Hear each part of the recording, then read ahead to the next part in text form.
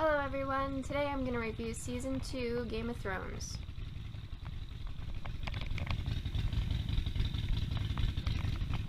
We start out with Stannis, Robert's younger brother, who's being convinced he's a reborn god by the Red Priestess Melisandre. Davos, his BFF, is super hesitant about the idea because it doesn't make sense to him. And Stannis is calling himself king now because Joffrey, Myrcella, and Tommen are all just Lannisters without any Baratheon blood from Robert. Remember, they're just bastards. King's Landing catches words of all this, and they start killing off all of Robert's bastards, even the little bitty ones. Meanwhile, in King's Landing, Tyrion is sneaking in his lover, Shae, even though Tywin told him not to. And now he's hand for the king, Joffrey, and Cersei's not happy about it. His first act? Send Janos Slynt, the traitor, up to the wall and put Bronn in charge of the gold cloaks. Yay! Step up for Bronn! Meanwhile, Arya is making her way north with men going to the wall. She's disguised as a boy, and she's with Yoren and Gendry, and she reveals herself to Gendry because these gold cloaks come looking for them, and Gendry's like, they're looking for me, and she's like, no, they're looking for me, and then she reveals who she is, and then the guys come back and they kill everyone and take Arya and Gendry anyway. Dun dun dun dun dun dun dun dun dun dun dun dun dun. Can't even hear my bike because his Harley's so loud it's not even here. Oh, here we go. John's up north with all his buddies and they meet Craster, and Sam falls in love with one of his daughter wives, and John's like, you can't take her, we need to keep a place to stay north of the wall. Then John finds out that Craster's giving his sons up to the White Walkers, and Mormont knew about it, and he's like, ew, that's gross. Kinda hypocritical. That was green, right? Robb Stark is kicking butt in the Riverlands, so he sends Theon to get help from Balon, his dad. Theon goes over the Iron Islands, fondles his sister a bit, gets told off by his dad, and then has an identity crisis and freaks out and decides, I'm gonna be a Greyjoy. Fuck the Stark. Screw Robb. He was only a brother. Whatevs. Stannis is seduced by Melisandre, who says, I can give you a son, and his wife knows all about it when he tries to come clean, but she already knows and doesn't care. And then later, she gives birth to a magical shadow baby and freaks the shit out of Davos. Meanwhile, Dany and all her peeps are dying in the desert, so Dany decides to send 3 riders off in different directions. That's a giant chicken. Holy cow. Who would put a giant chicken there? Oh shit, I forgot to wave at them. God damn it. How do I always forget that? Anyway, Dany and all her peeps are dying. She sends 3 people in 3 different directions. He knows he doesn't have to stick his thumb out at a bus station, right? One of them comes back without a head. One of them never comes back. Who knows, he's probably still wandering in the desert. And the other one comes back and says, let's go to Karth. And so they all go off to Karth, and the people don't let them in even though they promised they would until Dany's like, bitch, let me in. And Xaro Xhorin Jaxos convinces them. Tyrion's off at King's Landing. He proposes 3 different plans to 3 different people to root out who Cersei's mole is. Turns out it's Pycelle, so he cuts off his beard and kicks him off the castle. Then he comes in and notices Joffrey's, like, beating the crap out of Sansa. And so he protects her with help from the Hound, and he thinks Joffrey just needs to get laid, so he sends him some whores, but Joffrey tortures them. And then we get to meet Brienne, a wonderful warrior woman. She loves Renly, the youngest Baratheon brother who loves Loras. Cat meets up to say, hey, Stannis, Renly, get along, and then they don't, and then the Shadow Assassin comes out of nowhere and kills Renly. Oops, Brienne and Cat are forced to run because now it looks like they did it. Then we have Arya at Harrenhal. We meet Tywin again. She's his cupbearer now. She runs into Jack and Hagar, who offers her 3 kills for the 3 lives she saved. Kills a tickler and another guy, and then Hot Pie and Gendry and Arya all escape with his help, while Tywin's a little bit distracted. And then Jaqen gives her a coin and says, use ththese words, Valar Morghulis, and you can find me if you ever need to go to Braavos. So then he changes his face. On the left, you'll see some houses that look like they were built for bomb testing. Remember Theon, who we were almost starting to feel bad for? Well, he feels like he's got to prove himself by taking Winterfell. So he goes over and bullies Bran into letting him have it, because he says, the only way to keep your people safe and keep them from dying is to give the castle to me. So Bran hands over the castle, and then Theon starts killing people. Then Osha and Hodor and Bran and Rickon and 2 direwolves go into hiding in the crypts until they can have a chance to run away from crazy-ass Theon, who's betrayed every Stark at this point.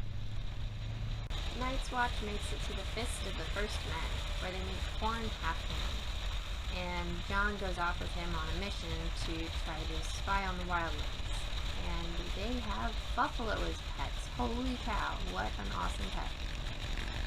Anyway, they find some wildlings. Jon pisses out and can't kill the girl. The girl leads him into a trap because they get separated from everyone else, and suddenly Jon is a prisoner of the wildlings.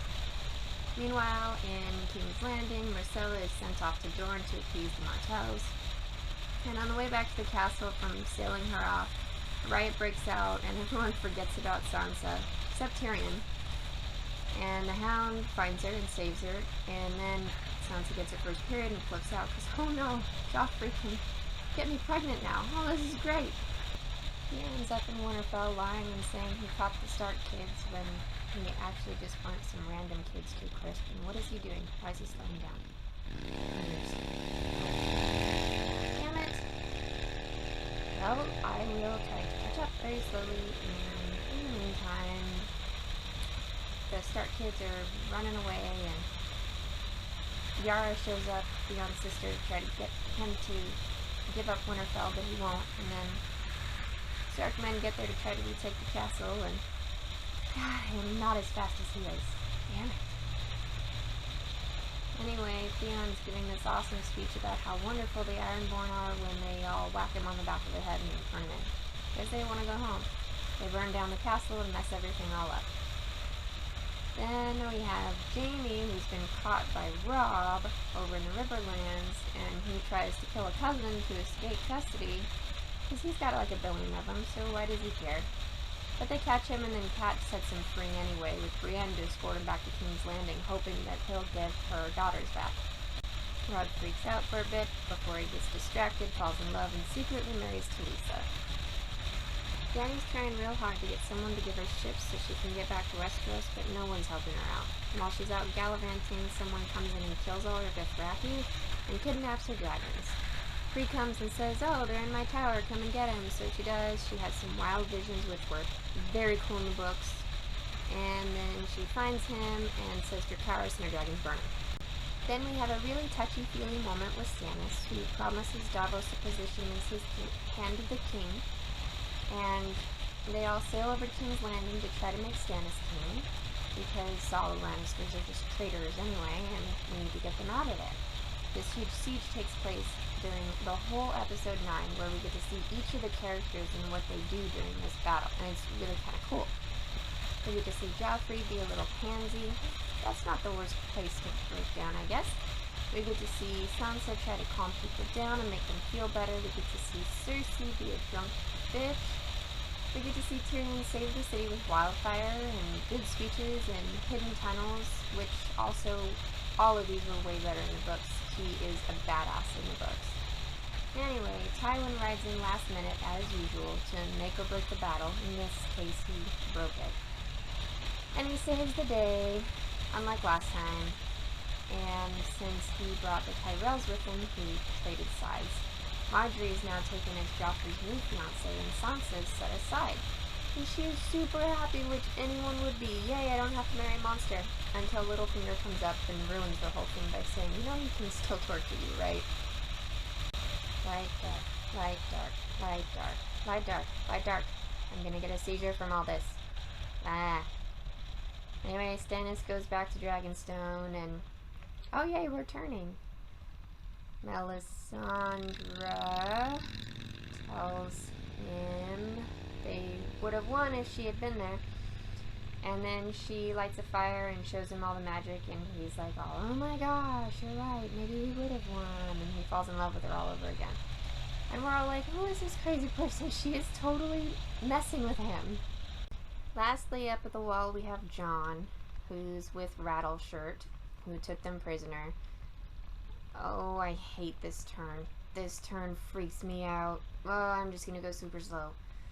Rattleshirt wears bones, and he's got them prisoner, and oh, I don't like this turn. Jon follows some slight hints from Half Hand and decides to murder him. Now I gotta catch up. Let's catch up. Oh, now we get to go fast. This is the fun part. Anyway, John's mission now is to go into cover with the wildlings. Meanwhile, all the rest of the Night's Watch back at the Fist of the First Men are lost and trying to find their way back when whites appear and freak them out. Poor Sam gets left behind, so he's hiding behind this rock, and the others come walking by, and this one on a big giant dead horse looks at him and thinks, yeah, why even bother? And that's the end of Season 2.